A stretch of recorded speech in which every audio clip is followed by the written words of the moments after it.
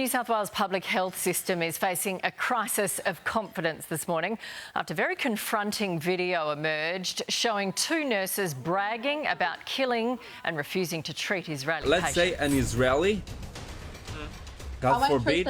I won't treat them. I'll kill them. You'll kill them? So if an Israeli is in Australia and God forbid something happened to him and he comes to your hospital, I hope to God. would you kill him? You have no idea how many Israeli Khara dog came to this hospital and I sent him to Jahannam. I literally sent him to Jahannam. The pair were immediately stood down by New South Wales Health despite claiming it was all a joke.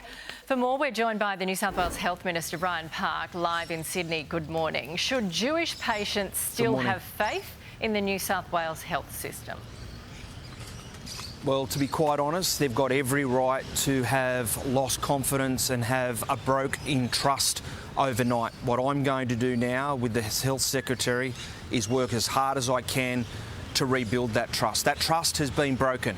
And that is a fundamental right in this country and in this state, that when you are sick, no matter where you come from, no matter what your religion, no matter what your beliefs, you can go into a public hospital and access safe, high-quality care that meets your needs. At the moment, I understand the Jewish community have been rocked by this. I've spoken to a number of rabbis overnight. I've spoken to the Jewish Board of Deputies. It's my job with the Secretary now to regain that trust in this health system. OK, they're threatening to kill people. They say they have killed people by the sound of it. Have you looked into their patient records, into their history? That's what we've started right now. We've done a quick analysis overnight and the back end of yesterday, which didn't indicate that that particular hospital had any outlying issues around adverse patient outcomes. What we will now start is the very detailed process to make sure that we look at any patients who may have had experienced adverse outcomes that they were caring for, to make sure that that doesn't exist. Now, we're not getting any indication yet, but that process is going to take an extensive period of time because I have to get the trust back from the Jewish community into their local hospitals. And to do that, I need to make sure that there have been no other incidents of this type of behaviour that has impacted on patient care in any way, shape or form in our hospital. Will you make those results public? Without a doubt. I'll be making it very transparent and very clear. This is not something that we want to hide. This is not something that we want to brush under the carpet. Far from it. This is an issue that we need to confront.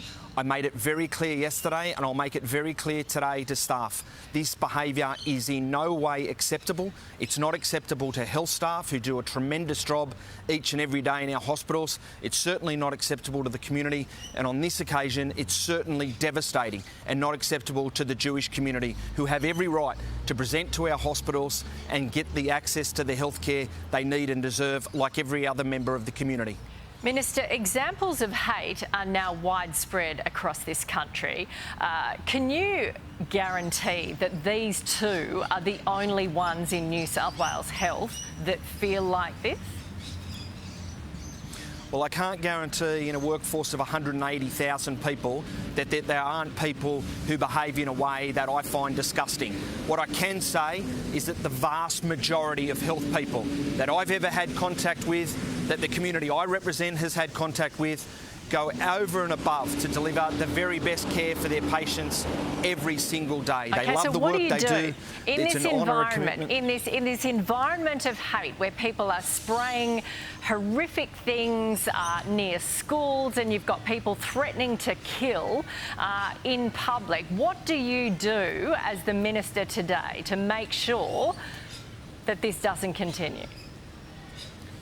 Well, a few things. Firstly, I've made it clear that these two individuals will never work in a New South Wales hospital again. So that sends a very clear message for anyone else who thinks they can behave in this way and remain employed in our New South Wales hospital system. Today, I'll be meeting with staff at Bankstown, leadership of staff as well as the general staff, to discuss and to make it very clear to them what my expectations are, as well as to make sure that they feel supported, that if they see any of this type of behaviour, they feel confident enough to say it and they feel confident enough to know that the government will act on it, like what has occurred over the last 24 hours. Okay. Thank you, Minister, for your time today.